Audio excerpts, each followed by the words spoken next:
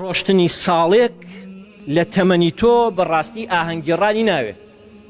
ماشاءڵڵا و نەمان عیبادەت بۆ خوا کردووە بڵێن خوایە لێو بەزیابێ وەڵا فەرز نەمانەیکەم سونەت نەمانەیکەم حەق نەمانەی بگەڕێنمەوە بۆ خاوەنەکەی ئاوامان کردووە تا ئاهەنگ بگێڕین نەوەڵا برا نەوەڵا برا کە زوای نەکردووە.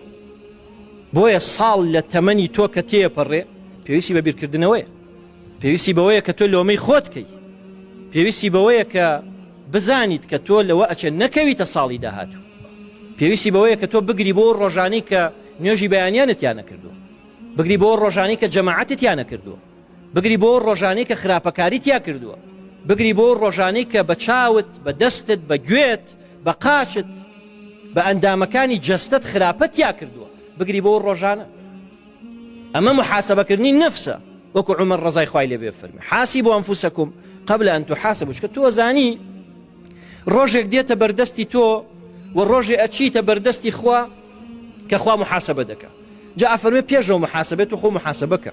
حاسبوا أنفسكم قبل أن تحاسبوا.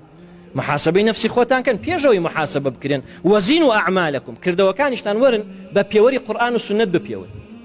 بزانە لە قورئان و سنەتا هەیە ئەم ئەعمەلەی تۆیکەی، بزانەوەی کە تۆیڵی خوا و پێغەمبەر صلی الله عليه وسلم ڕێیان پێیاوی.